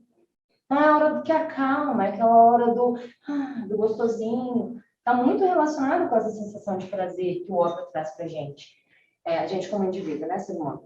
Então, os peptídeos opioides já são identificados, caseomorfina ligada à caseína, gluteomorfina ligada ao glúten. Tem também peptídeo opioide na soja. Falo pouco sobre a soja, porque hoje, felizmente, a gente quase não tem mais consumo de soja. Na minha época de criança, todo mundo tomava soja, né? Os intolerantes todos tomavam leite de soja. Então, felizmente, isso acabou, né? Hoje a gente não tem mais esse contato tão intenso como era, mas a soja também tem essa mesma, uma proteína da soja também tem essa mesma ação opioide. Hoje a gente fala mais do glúten na caseína, que é o que está no nosso contato. O que é um café da manhã tradicional brasileiro? Leite e pão. Manteiga, né? O básico, assim. Manteiga não é margarina, né? Mas o leite e pão é um clássico dentro da nossa cultura. Então, a gente tem o glúten e a caseína todos os dias, no mínimo em uma, duas refeições. Então, a gente acaba falando muito sobre esses peptídeos. E aí a gente fala, né? Os artigos trazem motivação, na emoção, no comportamento de apego, nas respostas ao estresse, à dor, ou como na ingestão de alimentos. E alguns estudos sugerem que ele pode inibir alguns neurotransmissores. Então, a gente tem uma ação importante sobre esses peptídeos opioides. Então, quando eu converso com as famílias que eu estou tratando, eu falo muito sobre essas duas questões. O glúten vai deixar o intestino mais aberto pela ação da zonulina, e o glúten tem um peptídeo opioide, que é a gluteomorfina, que vai ter uma ação lá no sistema nervoso central. Para um paciente autista, né, isso é a Disneylândia, né, achar ali um momento perfeito para deitar, enrolar e deixar esse paciente mais inflamado. E, gente, é incrível como o comportamento da criança muda quando você muda de jeito. É incrível, assim, é perceptível. Eu tenho muitos casos de sucesso no consultório As crianças que vêm ficam, né? Porque, como eu falei, a nutrição no autismo é um tratamento, é uma terapia. E a gente tem muitas mudanças positivas quando a gente consegue limpar essa dieta. Acontece da noite para o dia? Não. Por isso eu trouxe para vocês aqui a sugestão de protocolo. Aquela sigla é dieta sem glúten e sem caseína. A gente usa muito na nossa prática clínica. Então, vocês vão ver essa sigla aí, se vocês entrarem nesse mundo do transtorno do espectro autista. Então, retirar uma sugestão, tá? Existe protocolo fixo? Não. Cada criança é uma criança, cada mãe é uma mãe, cada paciente é um paciente, então eu negocio tudo com a família. Mãe, é mais fácil tirar primeiro leite ou glúten? Às vezes elas ficam olhando assim, meio assustadas, sem saber. Aí eu vou dando a dica, a gente vai conversando. Importante ressaltar que não tira o glúten antes de fazer o exame. Tá? Então, assim, tem que primeiro fazer o exame para depois fazer a retirada do glúten, senão lá na frente dá um falso negativo. Então, isso altera o exame também. Então, primeiro eu falo, mãe, faz o exame, depois a gente começa a dieta. Tem criança que já não toma leite de vaca, porque às vezes ela teve uma PLV, às vezes ela rejeita mesmo, a casa já não consumia, aí só faz o consumo do glúten. Eu refino a retirada do leite para depois mexer com o glúten. Então, depende. Mas uma sugestão é, retire o leite e derivados. Gente, derivados, tá? Por favor. Aí o povo fica só fixado no leite e esquece que queijo é de leite, né? Esquece que o iogurte também é do leite, esquece que o suplemento é do leite, a fórmula é do leite. Aí tem mãe que fala, tá tudo certo. Aí quando vem, 2 meses depois, eu tô tomando fórmula. Não melhorou, tá com diarreia. Eu falei, não é possível, gente, vamos ver o que é, né? Vamos investigar. Aí quando eu vou ver, a menina tá com a fórmula. Mas eu tirei o leite. Mãe, mas leite é fórmula. Fórmula é leite, mano. Né? Assim, derivados, leite e derivados. Lembrando aqui, gente, que a informação que eu vou chover uma olhada de novo, caseína é diferente de lactose, tá? Lactose é o açúcar do leite, caseína é a proteína do leite. Eu sempre reforço isso porque tem profissionais que se confundem. Já vi nutricionistas fazendo essa baguncinha aí com lactose e caseína. A lactose é prejudicial para muita gente? Ação local, gastrointestinal, diarreia, distensão, gases, às vezes até refluxo, dependendo do paciente, do grau do paciente, ele vai ter dor de cabeça. A caseína não, a caseína é a proteína grande, peptídeo opioide, que vai conseguir alcançar uma corrente sanguínea, o cérebro, e por aí vai, toda a história que eu já contei. Tá? Então, quando a gente fala em APLV, alergia à proteína do leite da vaca, que muitas crianças abrem no próprio hospital, por conta do leite que ela consumiu lá, da formazinha que foi dada para ela. Tá? Então, só para a gente deixar isso claro. E produto lácteo tem que ler rótulo, porque às vezes a gente vai comprar um produto e nem sabe que ali tem leite. Outro dia eu fui no mercado, eu sou viciada em rótulos, eu leio rótulo de tudo. Tinha um salame e tal, YZ, eu fui lá dar uma olhada, gente, é um lácteo no salame. Eu fiquei impressionada, eu falei, nossa, uau, tá vendo? Eu sou profissional, e eu sou viciada em rótulo. Tinha leite no salame.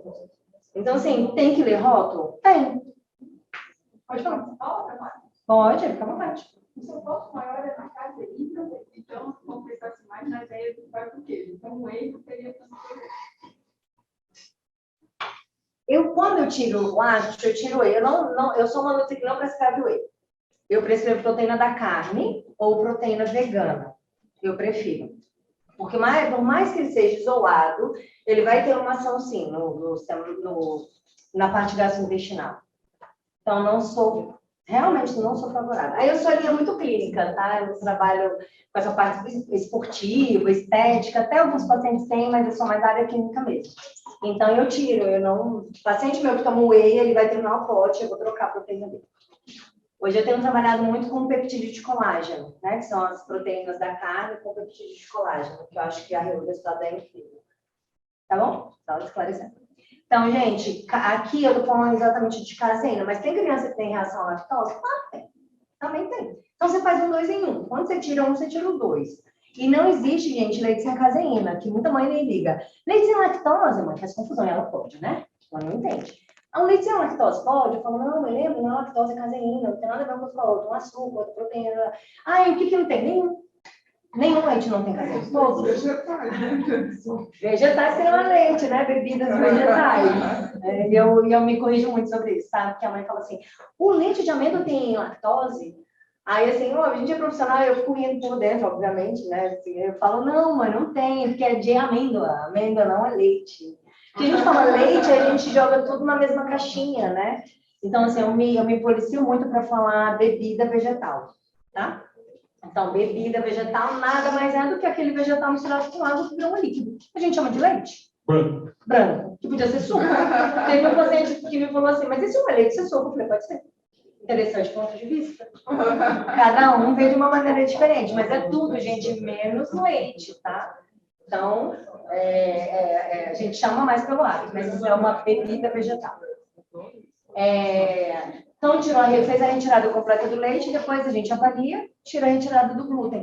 Eu nunca tiro os dois juntos, tá? Na minha prática, lá no início, quando eu era mirim na área, eu tirava os dois juntos, e é muito sofrimento, é muito difícil, é muito difícil. Para adulto é difícil, gente. Eu lido com adultos típicos que às vezes precisam emagrecer porque estão com resistência insulínica, alteração de colesterol, obesidade, diversas ordens, tudo muito associado à saúde mental. E aí eu preciso retirar glúten caseino, é um choro. Glúten, um outro choro. Meu Deus, mas o queijo? Aí eu olho e falo, mas o que vale mais? Né? A saúde ou um alimento? Estava explicando para a Leandra antes, eu sou extremamente sensível ao hibisco. E eu adoro hibisco. Eu gosto mesmo. Assim. Eu tinha prazer em tomar chá de hibisco. E eu tirei da minha alimentação, porque eu sou sensível ao hibisco. Eu olho e falo, nossa, é bom, eu sei que é bom, mas aquilo para mim é um veneno, o meu corpo não gosta, não tolera. A mesma coisa, o paciente que tem a alteração com glúten com a caseína. Gente, tem que olhar aquele alimento como veneno, porque para você é um veneno, não tem jeito. As pessoas perguntam, ovo é bom? Para quem? Eu tenho um monte de criança autista que tem alergia a ovo. Várias, gente, aí vocês têm noção tanto que é difícil tratar a criança com alergia a ovo. Né? Porque além de tudo, tira o ovo. Tira o leite, tira o glúten e tira o ovo. Mas dá certo, a gente também consegue. Então, depende para quem é aquele alimento. Nada é bom para todo mundo. A gente precisa respeitar o nosso organismo, tá? Então, não existe leite sem caseína, todos os leites têm caseína. Existem as vaquinhas lá da caseína 1 a 2, que é uma caseína menos agressiva. Eu falo, não toma. Ponto. Eu sou da turma do não, e eu acho melhor não tomar, regular a criança. É muito difícil achar um processo regulatório aqui, o caminho para regular. Aí, de repente, você vai dar um negócio, desregula a criança toda, o intestino. É melhor não arriscar. Então, a gente vai trabalhar dentro do que tem. Já que tirou o leite, então a gente segue nessa mesma linha, tá? Pode ser o contrário? Primeiro tira o glúten para depois tirar os lácteos? Pode, depende. Então, com cada paciente eu vou fazer uma negociação diferente. Regressões são comuns nessa fase. Então, às vezes a criança que come pouco, come menos ainda, né? Lembra do comportamento restritivo, né? Às vezes eles se desregulam. Tem que ter paciência. Retirada de glúten caseína com criança não é fácil, adulto não é, imagina com criança. E a gente tem toda uma forma de fazer essa retirada. O leite a gente vai diluindo, você pega 100 ml de leite de vaca, aí você bota 90 e 10 do vegetal. Passou. Aí fica uma semana. Aí dali na outra semana tira mais 10 ml e bota 20 do leite vegetal. Aí a criança estranha, mas toma. Quando você joga em 30, aí ela recusa. Aí você volta para o 20. Gente, é um trabalho de formiguinha. Todo dia um pouquinho, todo dia um pouquinho. A gente vai fazendo uma dessensibilização dessa criança em relação àquele alimento. Até tirar por completo. Um monte de criança, um monte de cases de sucesso no consultório com a retirada, fazendo esse processo de diluição do leite. O diário alimentar é fundamental, sempre orienta a mãe, eu entrego um modelinho de diário, então a mãe anota tudo que ela dá para a criança, as reações. E é muito legal, porque a gente começa a associar alimento com o intestino, o que fez mal, o que não fez. Eu tenho adulto que tem diarreia, eu falo, o que você comeu? Ele, não sei. Como é que você não sabe o que você comeu? Diário alimentar, gente, tem que fazer diário alimentar. Ainda mais quando a gente faz esses protocolos. Então, orientar a mãe a fazer o diário, que ele para a gente é extremamente importante. No diário, a gente descobre reações indevidas a alimentos que a gente nem imagina. Então, quando você pega o diário, você olha as fezes, você começa a cruzar. Toda vez que come inhame, aumenta a estereotipia. Toda vez que come inhame, tem barriga distendida. Então, não dá mais inhame. Feijão, outro clássico, né? FoodMap. Então, a gente acaba tendo muitas reações também. Quando se faz o diário, fica mais fácil. E a definição do protocolo varia de acordo com cada paciente, já falei sobre isso. Lista de substituição. Claro que é o meu papel como nutricionista ajudar a mãe a montar o cardápio dessa criança. Como é que você vai tirar o glúten e a caseína e você não vai orientar sobre como fazer essa retirada? Então, aqui eu trouxe alguns exemplos de farinha. A gente tem farinha de arroz, farinha de coco, farinha de linhaça, o próprio polvilho. Criança tem uma tendência a aceitar bem a tapioca, então às vezes a gente faz a tapioca maior, molinha, às vezes faz ela menorzinha, como se fosse um creque. boto numa geleia de fruta em cima, e a gente vai tentando. Eu vou dando uma sugestão para a mãe, a mãe vai tentando. Eu tenho muitos parceiros em Brasília que produzem, né, alimentos sem glúten e sem lácteos, então eu já indico esses locais para os meus pacientes, as mães vão lá e compram. Tem pão de hambúrguer, pão de forma, tem pão de queijo, que é pão de beijo, né, sem queijo. E aí a gente consegue variar esse cardápio e trazer opções para essa criança. Cuscuz também é um produto que acaba ofertando muito para as crianças. Claro que a gente procura sempre as melhores marcas, então dou indicação de marca para as mães também. Então, todo esse processo da montagem e elaboração do cardápio, eu participo junto com a mãe. E os leites, a gente tem o leite de arroz, confesso que não é o meu preferido, porque a gente já tem arroz na dieta, né? O dia, de manhã, tarde, noite, você tem arroz, biscoito de arroz, você tem no almoço, no jantar. Mais leite de arroz é desnecessário. Mas tem criança que aceitou de arroz e a gente vai falar de arroz. Quem é da nutrição infantil, gente, não sei se aqui alguém é da nutrição infantil também, mas na hora que a gente entra no autismo, a gente esquece um pouco a nutrição materna infantil, porque lá está tudo muito perfeito. Né? Como você vai dar leite de arroz para uma criança? Dá assim, que é a única coisa que ela sei? Então, assim, é uma forma de tirar o leite de vaca com leite de arroz, eu leite de arroz, não pode não, dá leite de arroz. Depois a gente vai melhorando essa dieta. Então, aqui a gente trabalha com o que a gente tem, com o melhor que a gente pode fazer. Mas tem o leite de coco, amêndoas, castanha, inhame. Coco é um alimento que muitas vezes abre alergia. Tem muitos pacientes com alergia a coco. A banana. Então, quando eu faço meu primeiro exame, eu já peço alguns alimentos, né? O GE específico de alguns alimentos para avaliar alergias alimentares. Os clássicos eu peço.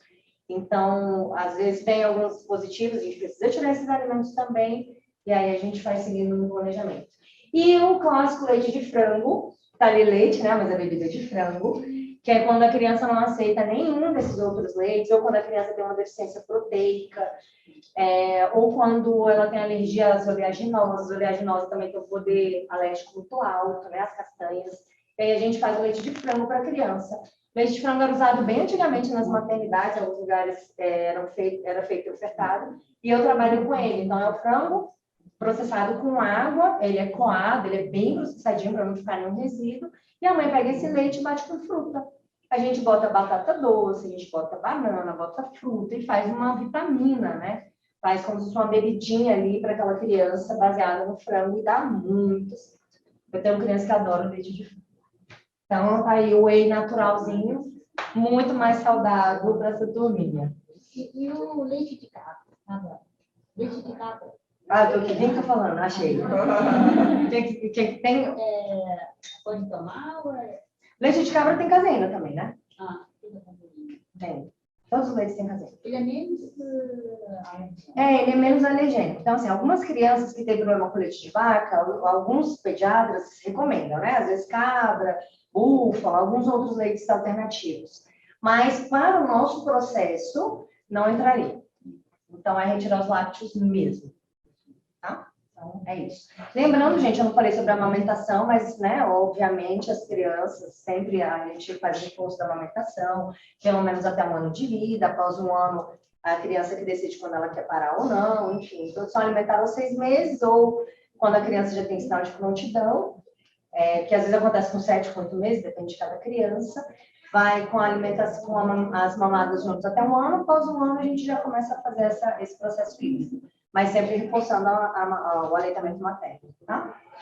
Aqui, alimentação de problema-solução, esse é um slide que eu gosto muito, que eu trouxe exemplos de café da manhã e lanche e almoço e jantar. Então, o que a gente pode colocar nesse café da manhã dessa criança? Pode fazer uma panqueca com essas farinhas sem glúten, você pode fazer uma tapioca, pode fazer um cuscuz, você pode ofertar um pão sem glúten, igual eu falei para vocês, aqui em Brasília eu tenho alguns parceiros, eu indico, quando a mãe é fora de Brasília, né, os atendimentos online, eu sempre peço para ela procurar, procura na sua cidade, alguém que produza um pão sem glúten.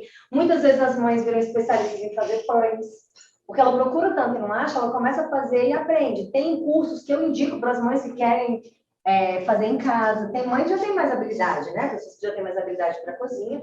Aí eu indico alguns cursos que a mãe consegue fazer. Então, enfim, é um desafio e é uma novidade para aquela família. E a parte legal desse processo é que a família fica mais saudável. Porque a família também tira o glúten, a família também tira os lácteos. Porque o ambiente da criança tem que ser seguro. Né? Você deixa um pão com glúten em cima da mesa, o menino nunca comeu. No dia que você tira o glúten, ele vai lá e come. Ele de monte. Ele sobe na mesa, pega o pão e come.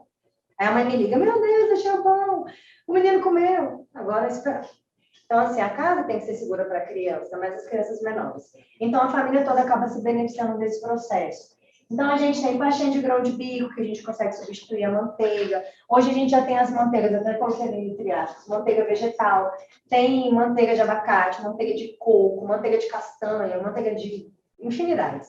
Né? Quando a gente começa a entrar nessa área, a gente vê a quantidade de opções que a gente tem.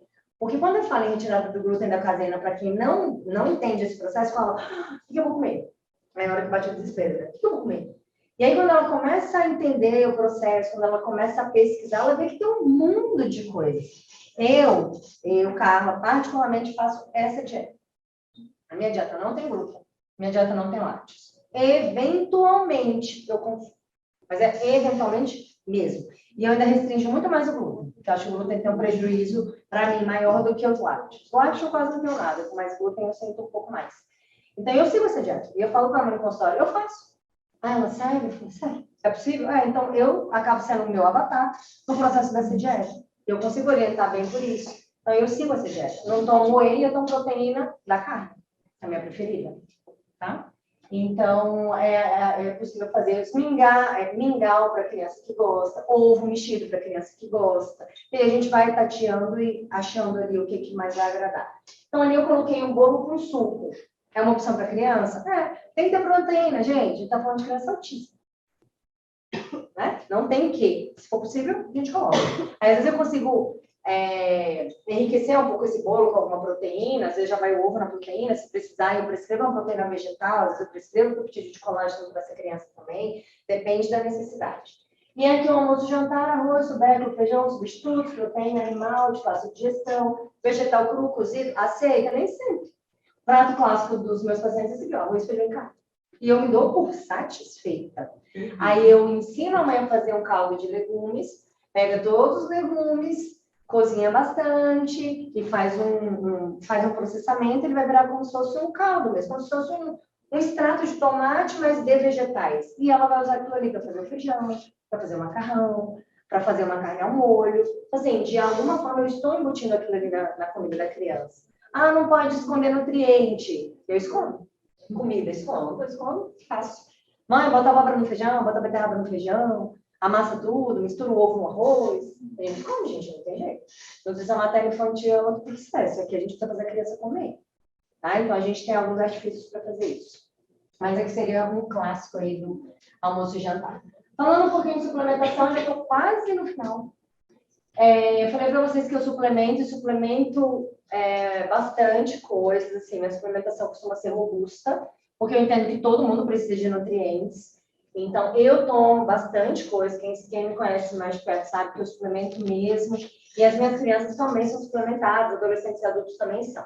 Então, eu tenho os meus protocolos de suplementação específica para cada criança, para cada caso, mas sempre está dentro disso aqui. Vitaminas lipohidrossolúveis, vitamina A, D, E, K, complexo B, vitamina C. É muito comum criança ter deficiência de vitamina D, muito comum. Então, assim, eu fico o tempo inteiro buscando qual vitamina D ajuda a subir mais, qual vitamina D vai dar mais suporte. Criança não toma cápsula, a gente já tem outro problema. Então, a gente tem que fazer xarope, goma, chocolate, pirulito, sachêzinho, bota no suco, bota um pouquinho de mel, derrete o chocolate 70. E a gente vai tentando tudo quanto é jeito para as crianças tomar esse xarope. Ou essa suplementação. Minerais também não falta, ferro, cálcio, zinco, magnésio. Ferro é um mineral que eu tenho bastante cuidado. Eu só suplemento quando eu vejo exame. Eu tenho que conhecer muito bem a clínica da criança para botar um ferro sem exame, porque eu tenho o ferro ele é oxidativo, o paciente autista já tem um processo inflamatório grande, então eu sou bem cuidadosa em relação ao ferro. Cálcio normalmente entra, eu peço exame também, mas o cálcio entra porque as crianças são seletivas.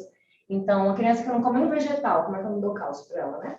Então, eu acabo incluindo cálcio também, dose pequena. Sei que o guideline da medicina tem um uso de cálcio maior, doses altas. Então, as minhas doses são bem pequenas. Já tive alguns pediatras que questionaram, mas a dose está muito pequena e tal. Não, vamos fazer assim, devagarzinho, a gente vai chegando, eu tô melhorando o intestino.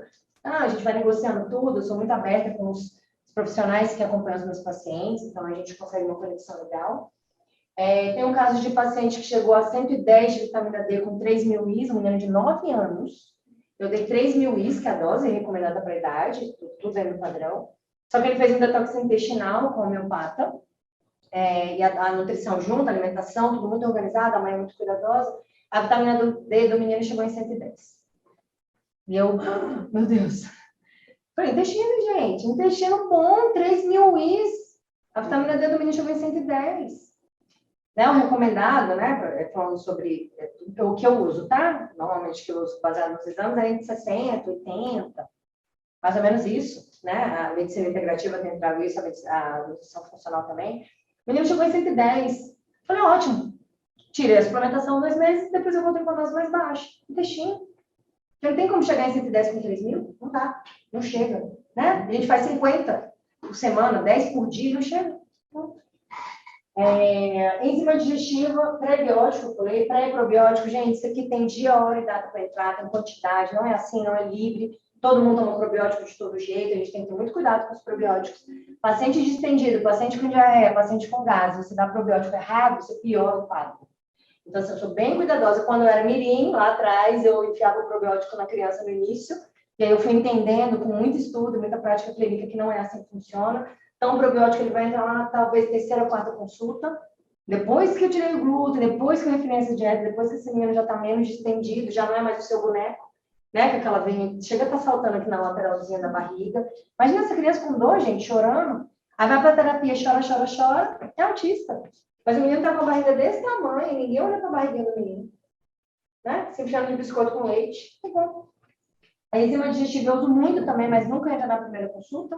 A gente precisa primeiro organizar essa dieta, porque às vezes o processo de produção de enzima vem sozinho, às vezes alteração orgânica, disfunção mesmo, de produção, mas na maioria dos casos a gente já consegue corrigir só com a dieta. Se precisar, entra. Aminoácidos hipercalóricos, conforme o objetivo terapêutico.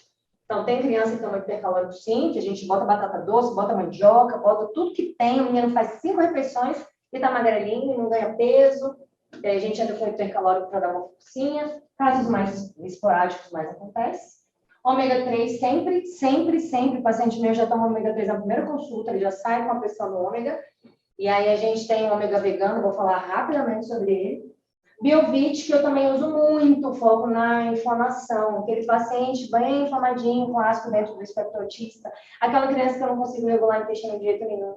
Uma hora ele está diarreico, uma hora ele está constipado, barriga muito distendida. Aí a gente vai usar o que tem para além dos nutrientes, vitaminas e minerais. O Biovit é um suplemento que eu tenho usado muito com os meus pacientes e tem bons resultados, tá? Claro que, assim, é clínica, né? Não é milagroso, assim como vitaminas e minerais também não fazem milagre, mas ela vai te ajudar muito na clínica. Então, você observa a criança, observa a situação. Eu prescrevo o Biovit, inclusive, para adultos. Tem vários pacientes adultos que eu já fiz melhora de desbiose, melhora de refluxo, queixas gastrointestinais importantes usando o Biovit. Então, é um suplemento que eu lanço mão sempre que necessário. E a suplementação é absolutamente individual, né? Desde o início que falamos sobre isso. É um problema que a gente tem, porque existem grupos de mães, né, de WhatsApp, e elas ficam trocando receitas. E aí, muitas vezes, eu pego um menino com a B12 de 1.200. Alguém, né, os médicos aí que às vezes atendem crianças vão ver isso. 1.200 de B12, 1.300 de B12. Mãe, você está fazendo nada? Mãe, você está fazendo nada? Mãe? Eu dei uma B12 porque ela falou. Gente, é um clássico, isso acontece. Eu gosto de vitamina D. Eu peguei uma criança de 120 de vitamina D, o pai era médico. Falei, o que aconteceu? Não, porque a gente deu, porque tem um protocolo Coimbra. Eu falei, olha, não atende se não tiver acompanhamento médico. Quem está acompanhando o protocolo Coimbra? Mas eu falei, não atende. Gente, eu já devolvi, entre aspas, o paciente, para não faço. O protocolo Coimbra é uma coisa muito séria.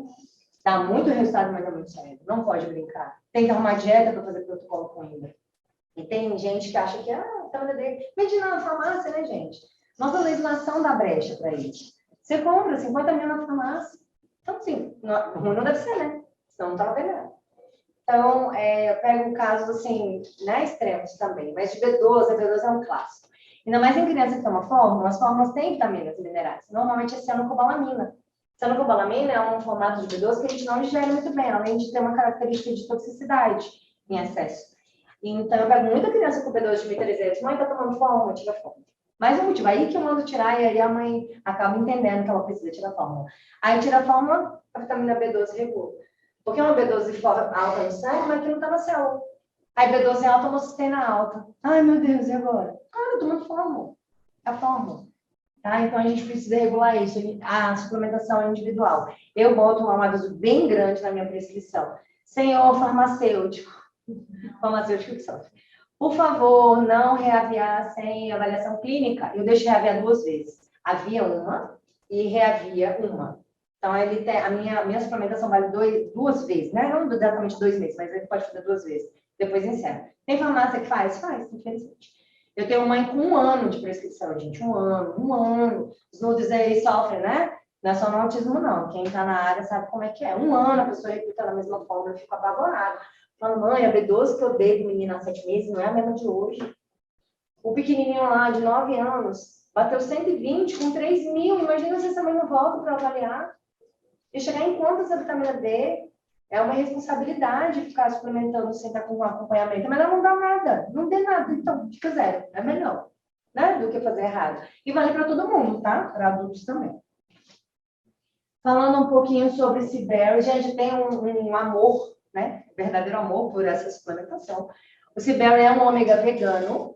Ele é dessa frutinha aqui, bem bonitinha. E eu tenho usado muito com os meus pacientes. Por quê? Eu tenho muito paciente que tem alergia a peixe. Ou, como eu pego muitas crianças, por exemplo, eu pego crianças de 2 anos, aquelas que ainda nem não fechou o diagnóstico e tal. Ou o problema dela é alergia múltipla, não tem a ver com autismo. E aí ela vem com alergia a peixe. Como é que eu dou ômega para criança com alergia a peixe? Não dá, né? Aí eu lanço mão no Ciberry. Então, o Ciberry, ele é ômega 7. Então, ele tem uma ação anti-inflamatória muito grande. E, claramente, a parte do DH dele é baixa porque ele tem menos ômega 3. E aí, o que a gente pode fazer para complementar a parte cognitiva? É entrar com o Vega DHA, também que é um produto razoavelmente novo, né, Leandra? Foi a farmacotécnica que me apresentou. Então, para mim, foi a solução dos problemas. Porque quando eu entro com o Ciberry, a gente acaba ficando assim, nossa, mas aí a partir do cognitivo a gente não vai fortalecer, não vai dar um DH, ainda mais para criança autista, que precisa do desenvolvimento neural. Então, o Vega DH. Criança não tem nada. Ômega 3, tá? Tem ótimas marcas no mercado. Tem ômega 3 líquido, que é o que eu uso com as minhas crianças. Então, eu prescrevo assim, sem medo, sem pensar 2 vezes. Mãe, isso aqui é para a vida. Eu falo para ela, esse você pode tomar vindo ou não na consulta, o ômega você mantém, que o ômega precisa. Tanto para processo anti-inflamatório, como para as questões neurais. Tá? Então, eu dou as 2 frações, tanto o EPO como o DHA. Então, os produtos prontos líquidos, de qualidade, são os que eu mais indico. E falando um pouquinho sobre dose, criança até 10 anos, normalmente eu uso 250 miligramas. É uma dose pequena, tá? Porque ele tem uma ação bem interessante. Para adulto, a gente pode chegar até 2 gramas. Paciente que tem alteração de colesterol, paciente adulto, tá? Alteração de colesterol, às vezes uma resistência insulínica, alteração ali nessas questões crônicas, metabólicas, o Ciberry ajuda muito. Paciente com PCR alto, entra pro Ciberry que ele vai baixar. Então, assim, é uma ação anti-inflamatória. Não é, Leandro? O estudo do Ciberry é de 2 gramas dia, né? Os estudos desenvolvidos. Mas aqui em Brasília, a gente tem uma série de profissionais que conseguiram, com 250 miligramas em adulto, em 1 mês, redução de PCR para níveis normais. É muito rápido. Nessa época de pós-Covid, né? Pós-inflamação, inflamação pós-Covid, então o Ciberry é uma ação bem importante. Então, de repente, dá até para associar com o próprio ômega 3 também, porque ele tem pouco ômega 3. Então, você faz uma dose de ômega 3 e faz o Ciberry paralelo, 250 miligramas, 500, normalmente faço 500 com adulto. E os resultados são muito bons, pela ação anti-inflamatória. Então, é uma alternativa, assim, para as nossas crianças. Aí faz gominha, as crianças adoram. É gostoso, chocolate. É de fruta, né? Então, ele é gostoso. Eu tenho uma menininha que ama o Ciberry de chocolate, que a Leandra faz. E aí ela termina de jantar, a mãe fala, mãe, o chocolatinho agora. É o ômega. Mãe, o chocolatinho agora. Ela fala, Carla, você tem que criar outro chocolate. Eu tô com um problema com essa criança, porque ela não aceita o xarope. E aí eu liguei, eu falei, meu amor, tenta fazer minha fórmula aí em forma de chocolate, por favor, vamos tentar achar o mesmo formato. Porque, gente, é um desafio. Entre a vitamina C, ela bagunça tudo. A vitamina E bagunça tudo também. E eu sou nutricionista, não sou farmacêutica. Então, se eu faço a fórmula e mando, a farmácia tem que se virar para fazer. Não tem jeito, cada um no seu contrato, senão a gente fica doida, né, Leandro? Claro que muita coisa eu aprendo junto. Então, eu gosto de saber o que dá certo, o que não dá, qual é o melhor formato, o que funciona. Mas tem hora que eu mando a bomba para cá e falo, Leandro, ajuda aí, porque não dá. E aí a gente vai tentando até encontrar, e para cada criança né? A gente está falando de criança autista seletiva. Então, não tem mágica mesmo. E aqui falando do Biovit, foco na redução do processo inflamatório e modulação do sistema imunológico, eu trouxe justamente porque a gente está falando de inflamação do sistema imunológico, o Sam vai falar mais sobre isso, mas eu também uso bastante, falando sobre doses, até 5 anos, 1 ml por idade, acima de 5 anos, normalmente 5, 1 a 2 vezes ao dia, e para adulto eu já uso 10, 1 a 2 vezes ao dia. Gente, aqui não tem jeito, é clínica, tá? Eu já tive criança de dar 1, 2 ml ao dia e ela abriu uma diarreia. Já aconteceu. Então, a gente tira, espera 3, 4 dias, recompõe, aí dá de novo dose menorzinha. Menos é mais, né? Então, eu sempre começo ali no menorzinho. A primeira vez que vai experimentar, a primeira vez que vai ter contato, começa com dose pequenininha, faz adaptação. Se a criança tiver muito diarreia, que é legal fazer, de repente, um purezinho e colocar no purê, porque ele tem um sabor bem perceptível, então facilita. Se a criança está muito constipada, aí você pode dar, de repente, uma dose um pouquinho maior para ajudar nesse processo de constipação. Lembrando, gente, que sempre a base vai ser a alimentação. Quando a alimentação está adequada, todo o resto tende a funcionar e o nosso trabalho fica muito mais fácil. Aqui, mais uma vez, falando da individualidade. E aí eu trago uma informação sempre quando eu falo sobre isso, da permeabilidade intestinal, para fazer ou a fórmula diluída ou a fórmula espessante. Tá? Se a criança está muito constipada, a gente dilui mais essa fórmula. Se ela está muito diarreica, a gente coloca um espessante, tipo um purezinho, porque aí ela consegue segurar isso mais tempo no trato gastrointestinal para não se perder essa suplementação. Certo? E chegamos ao fim. E eu termino a minha palestra com essa frase de um post que eu fiz recentemente lá no meu Instagram. Conhecer um autista não significa conhecer o autismo. Então, a gente precisa entender que existe individualidade, a gente precisa entender que para cada paciente uma ação diferente, para cada paciente uma terapia diferente. Quando a gente abre esse olhar, né, esse olhar mais integrativo, esse olhar da nutrição funcional, né, que observa o indivíduo como um todo, a gente tem mais êxito, a gente tem mais sucesso.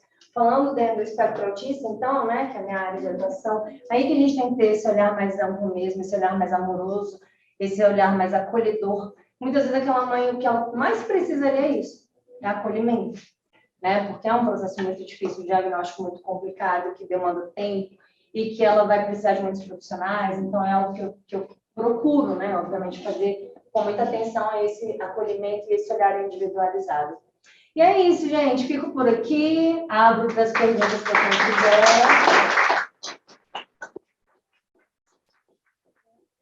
Claro o suficiente ter contribuído com vocês. Me coloco à disposição para o que precisarem. Tá? E é isso. Já abro. Alguma pergunta, gente?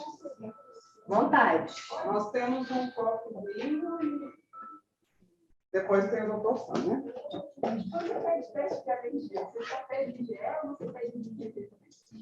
Então, o IgE, eu costumo pedir ele mais específico, que a gente tem os grupos, né? Eu não sou muito de pedir por grupo, porque eu acho que se dá um grupo e tem um alimento cruzado, você fica na dúvida, então eu costumo pedir ele mais específico. Normalmente eu peço glúten,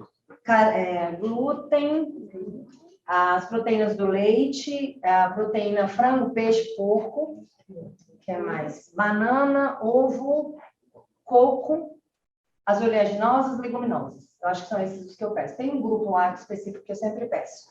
E o exame de IgG, a gente tem o A200, né, que é o mais comum em Brasília, mas eu não peço inicialmente, eu primeiro desinflamo o paciente. Por quê? O IgG, ele é uma polêmica, né?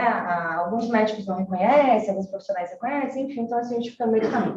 Eu não peço inicialmente, porque o paciente inflamado, a chance dele dar reação em tudo no IgG é enorme, né? Reação tardia, ele está reagindo a tudo, eu não sei o que é.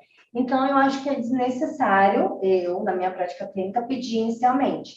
Até para adultos típicos. Então, o que eu faço? Primeiro, a gente trata o intestino, trata a inflamação, suplementa, melhora o processo alimentar. Aí, sei lá, na terceira, quarta consulta, o paciente está bem, Aí a gente pede o IgG se for necessário. Eu tenho crianças que já chegam com IgG, né? Tem aquela mãe que faz tudo que você imagina. Eu não descredencio, é óbvio, ela pagou caro naquele exame, ela precisa ter uma resposta sobre aquele exame. Eu avalio, eu vejo o que tem lá no vermelhinho, porque normalmente ele vem amarelo, laranjado e vermelho. É o contrário, não sei. É um leve, moderado e alto. O leve a gente mantém, o moderado a gente faz rodízio e o vermelho a gente exclui.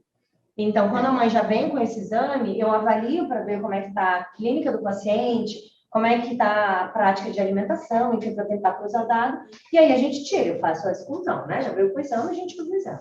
Aí, normalmente, eu excluo o que está no vermelho e o médio a gente faz o rodízio. E aí, depois de um tempo, se for necessário, pede de novo, mas assim, na minha prática clínica, acaba que não é uma coisa que faz tanta diferença assim. Eu acho que o IgE, início de processo, para a gente é mais importante. E ainda assim, tem IgE que às vezes o paciente reage a tudo que você pediu. É claro, gente, que está errado, né? Não é aquilo ali que aquela... Não é errado o exame, mas aquela clínica não é daquela pessoa. Então, desinflama. Ok, na dúvida, vamos desinflamar tudo. Aí você vai para o processo anti-inflamatório, alimentação, suplementação, estilo de vida, aí vem todo um ambiente envolvido. E aí a gente avalia de novo. Às vezes nem precisa pedir o exame de novo. A gente percebe pela clínica que aquele processo alérgico, inflamatório, reduziu muito. Tá? É assim que eu faço. Tem que depois a senhora indicar a loja onde pode comprar esse tipo de produto? Claro, claro. Indico sim. Indico sim. Tá. Tem, inclusive, uma dos locais que eu indico, é uma mãe autista.